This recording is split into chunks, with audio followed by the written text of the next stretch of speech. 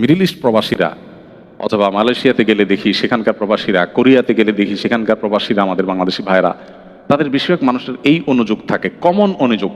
সেটা হলো, ভাই না মারে খুশি করতে পারছি না বউরে খুশি করতে পারছি।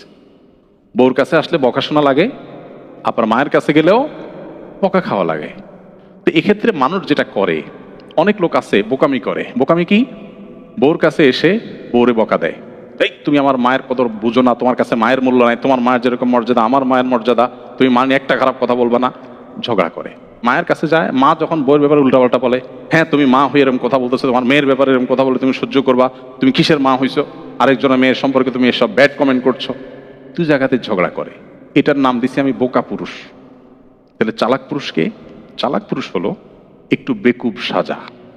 সব জায়গায় চালাকি চলে না।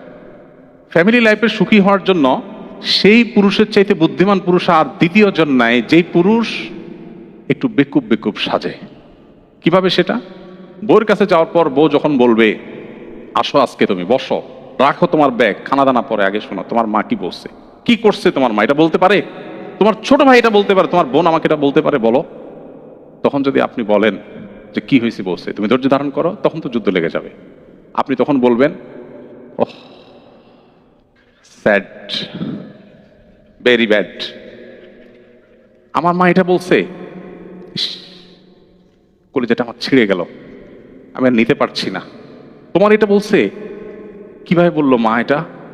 আরে দেখো, কোরআন হাদিস মাকে সম্মান করতে বলছি, উফ বলা যাবে না মায়ের সামনে, এটা যদি না থাকতো তাহলে আজকে আমি দেখে নিতাম, কিন্তু দেখো আমি তো পারছি না, এই জন্য মা, অন্য কেউ হইতে আজকে আমি হাতা গোছায় ফেলছিলাম, তোমার এইটা বললো, আসলে বলছি কিনা সেটা আপনার দেখারও দরকার নেই।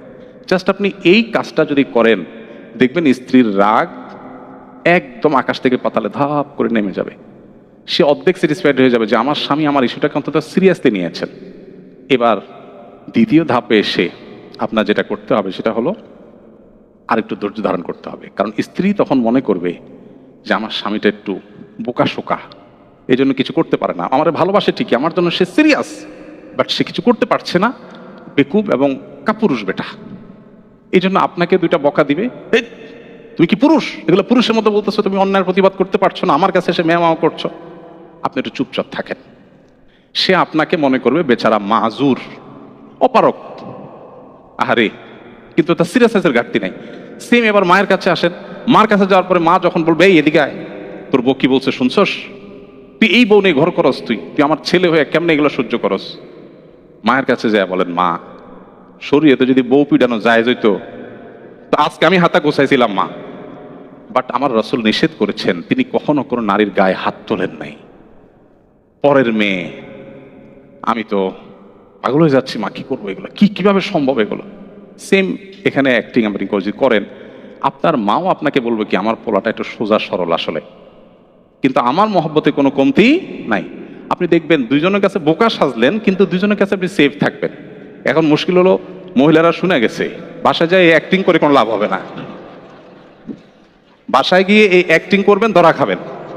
আমি একটা পলিসি শিখে দিছি, ওইটাই হুবহু অ্যাপ্লাই করতে হবে, নট লাইক দ্যাট।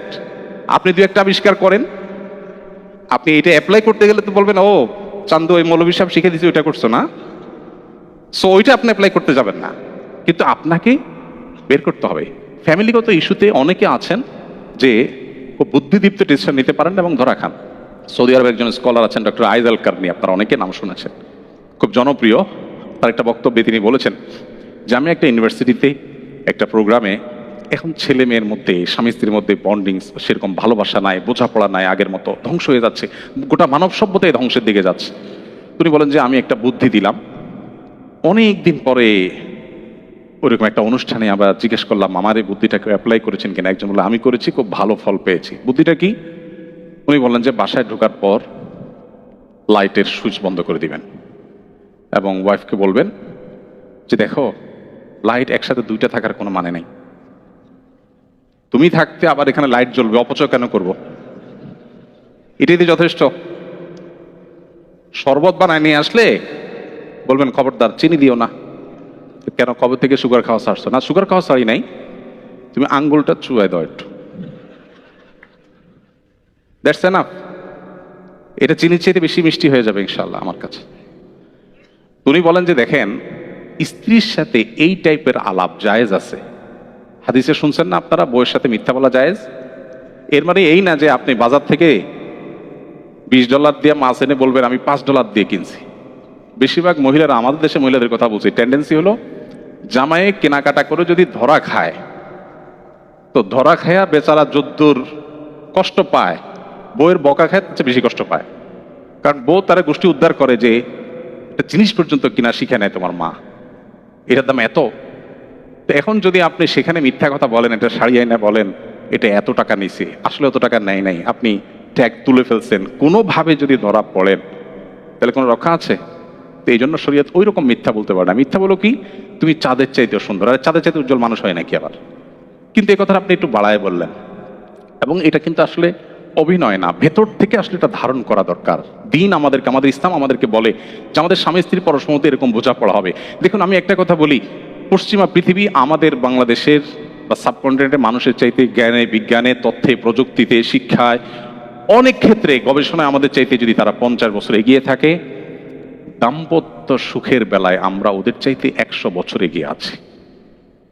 সো আমাদের এই জিনিসটা ধরে রাখতে না পারলে আমাদের সুখের আর কোনো জায়গা থাকবে না। এই জন্য ইসলাম আমাদেরকে বলে, কোনো স্বামীর সাথে তার স্ত্রী যদি ভালোবাসার সম্পর্ক থাকে, স্যাক্রিফাইসিং মানসিকতা থাকে, সবর এবং শকর থাকে, সবর এবং শকর, এই দুটো জিনিস ছাড়া দাম্পত্য সুখ কখনো হয় না। এই দুটো জিনিস খুবই লাগবে, শকর এবং সবর। দেখবেন তাদের পারিবারিক জীবনটা জান্নাতি জীবন হয়ে যাবে। আর এই পৃথিবীতে পারিবারিকভাবে যে সুখী নয়, সে সুখী হতে পারে না কোনোভাবে। আর যে পারিবারিকভাবে সুখী, তার ব্যবসা বাণিজ্যের দিক থেকে যদি দুঃখেও থাকে, অন্য কোনো দিক থেকে যদি দুঃখেও থাকে, তো ওই লোক আসলেই সুখী। এই জন্য ইসলাম আমাদেরকে পরিবার বান্ধব হতে বলেছে। আমাদের নবী করিম সাল্লাল্লাহু আলাইহি ওয়াসাল্লাম ফ্যামিলিকে সময় দিতেন, অনেক বেশি সময় দিতেন। কিরকম সময় দিতেন? যুদ্ধের ময়দানে পর্যন্ত, রণাঙ্গনে পর্যন্ত স্ত্রী ছাড়া কোনো দিন যান নাই। তার জীবনে বছরের 10 দিন এতেকাফে থাকতেন, সে 10 দিন স্ত্রীর সঙ্গ পেতেন না। এর মধ্যেও কোনো কোনো হাদিস থেকে দেখা যায় কোনো কোনো উম্মুল মুমিনিন, কোনো কোনো স্ত্রী মসজিদে এসে নবীর সাথে দেখা করে কথা বলে যেতেন, এবং মসজিদ থেকে মাথাটা বের করে দিতেন। আয়েশা রাদিয়াল্লাহু তাআলা আনহা সহযোগিতা নিতেন, মাথার চুল লম্বা ছিল ধোয়ার ক্ষেত্রে। মানে এতটা স্ত্রীর সাথে কানেক্টেড ছিলেন তিনি। কিন্তু আমাদের আজকে সে সম্পর্ক নাই। আলহামদুলিল্লাহ, যারা যত বেশি দিনদার তারা স্ত্রীকে তত ভালোবাসেন, এবং যে নারী যত দিনদার তিনি তার স্বামীকেও ততটা ভালোবাসেন। আমাদের সম্পর্কগুলো শেষ হয়ে যাচ্ছে। প্লিজ উন্নত দেশগুলোর ভালো জিনিসগুলো গ্রহণ করুন। তাদের অনেক কিছু আছে ভালো, ডেফিনেটলি সেগুলো গ্রহণ করেন, কিন্তু তাদের কাছ থেকে এমন কিছু গ্রহণ করবেন না যেটা আপনার ধ্বংস ডেকে আনবে। সবকিছু অন্ধের মতো গ্রহণ করা, এটা কোনো বুদ্ধিমানের কাজ হতে পারে না।